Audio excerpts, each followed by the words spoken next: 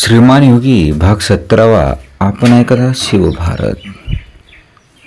मानकुती 10 तांडे वारल्याचं वृत्त ऐकून राजांना दुःख झालं. लहानपणापासून आपल्याला पाहत आलेला हा जिव्हाळ्याचा माणूस, स्वराज्याचा सेनापती, राजांनी मोठ्या मानाने त्यांची उत्तरक्रिया करायला लावली. पावसाळ्यात जरी शास्ता खान स्वस्त होता तरी राजा स्वस्त बसला नाहीत. कोकणात ठेवलेला नेताजी मोगलांच्यावर हल्ले करीतच होता आणि त्याच वेळी राजांचे 2000 मावळे जुन्नर परगण्यात खंडणी वसूल करीत होते. चारी बाजूनी किरकोळ चावे घेणाऱ्या या शिवाजीराजांच्या फौजेमुळे शास्ता खान त्रस्त झाला. कारतलब खानाचा पराभव याला डाचत होता आणि शास्ता खानाने आपला नामजाद सरदार नामदार खान हा कल्याण भिवंडीवरती सोडला. राजांना खबर लागताच राजे कृष्णाजी बाबाजी सुभेदार वाघाजी तुबे यांना घेऊन नामदार खानावर चालून गेले. पेन जवळच्या मिर्या डोंगरावर राजांनी खानाला गाठलं. आकाशमात झालेल्या धडाक्याने नामदार खानाच्या फौजेची फाटाफूट झाली. पण या लढाईत राजांचं सरदार कृष्णाजी ठार झालं, तुप जखमी झालं, राजा माघारी आलं आणि या मोहिमेत येत जरी पदरात पडलं नाही, नामदार खान धास्तावला. तेवढं यश राजांना पुष्कळ होतं.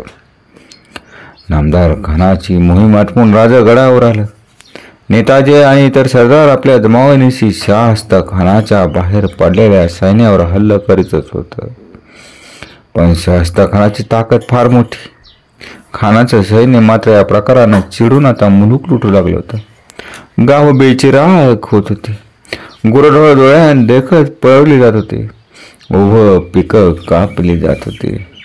पुन्हा मुलूक तर पाहता पाहता उजाड झाला होता आणि जीवाच्या भीतीने लोक गाव सोडून कोकणाच्या आश्रयाला जाऊ लागली. त्यातच राजापूरला पकडलेला व किल्ल्यात खिचपत पडलेल्या इंग्रजांना सोडावं असं विनंती कंपनीकडून सारखी होत होती. राजाने आजारी म्हणून रेविंग्टनला पूर्वी सोडलं होतं, पण तो फार दिवस जगला नाही. कैदे 3 इंग्रज मेले. झाली ती शिक्षा पुरी झाली अशी समजून राजाने अखेर इंग्रजांना सोडण्याचा हुकूम दिला. राजाने तातडीनं आपल्या देशमुखांना बोलावून घेतलं. प्रजेचे रक्षण कसं करावं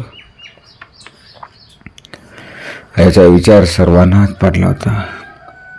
राजा सर्जेराव देशमुखांना म्हणाला, सर्जेराव, अरे लोक गाव सोडू लागले. हे खरं राज? लोकांनी खानाची 2 वर्ष कशी काढली ते त्यांना माहीत.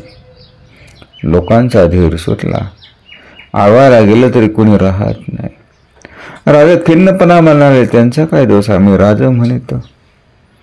डोळ्यासमोर प्रजा नाडली जाते, लुबाडली जाते, नांगरली जाते, तरी आम्ही काही करत नाही. आणि असं कोणी म्हणत नाही. उलट सारे म्हणतात की राजा म्हणूनच टिकले. हे म्हणतात हे त्यांचे उपकार. देशमुख आपण प्रजेची घरदारं राखली नाहीत. निदान त्यांचे जीव तरी वाचवूया.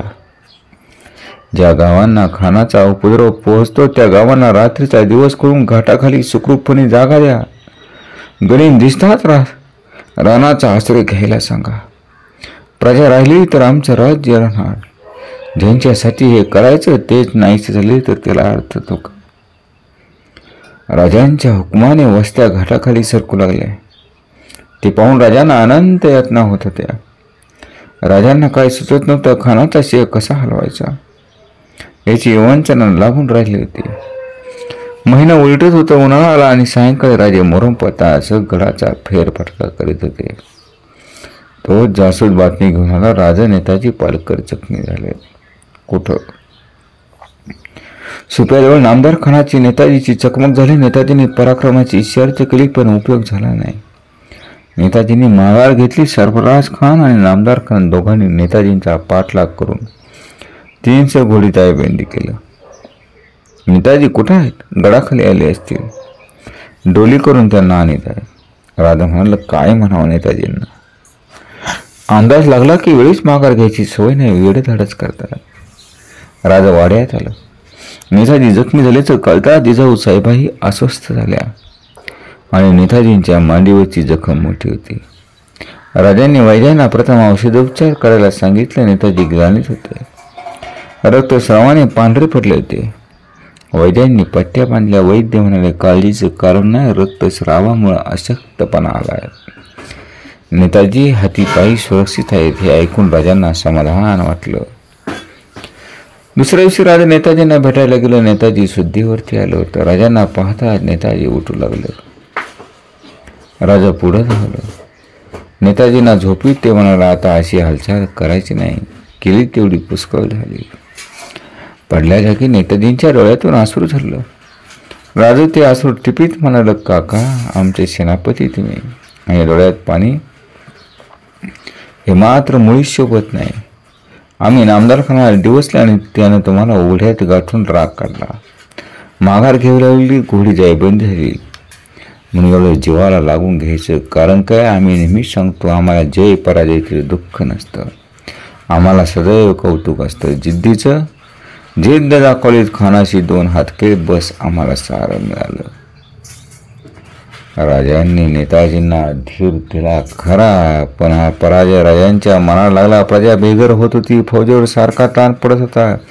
खानाचे उद्योग राजांना कुठेच रोखता येत नव्हते. कोणाला फितुरी माजते अशी बातमी हिरांनी आणली आणि गेल्या 2-3 वर्षात मोगलांविरुद्ध राजांना कुठेच भरघोस यश मिळत नव्हतं.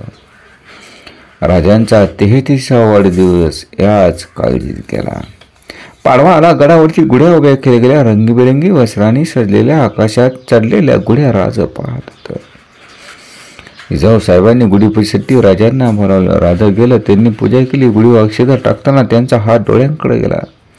जिजाऊ साहेबांनी विचारलं, काय झालं राजे? काय नाही, आठवण आली. कोणाची? दुसऱ्या कोणाची? आमच्या कमजोरीमुळं घरादाराला मुकलेल्या जी प्रजा आज रानावनाचा आश्रय घेऊन आहे तिचा पाडवा आज कसा साजरा होत असेल? राजा उठला आणि कुणाकडे न पाहता तडक आपल्या महाली केलं. प्रजेची काळजी करायला त्या काळात जगातला पहिला राजा म्हणजे छत्रपती शिवाजी महाराज असतील. आपली प्रजा बेघर होऊन राजांच्या डोळ्यात मात्र अश्रू उभे राहिलं. जय भवानी, जय शिवराय.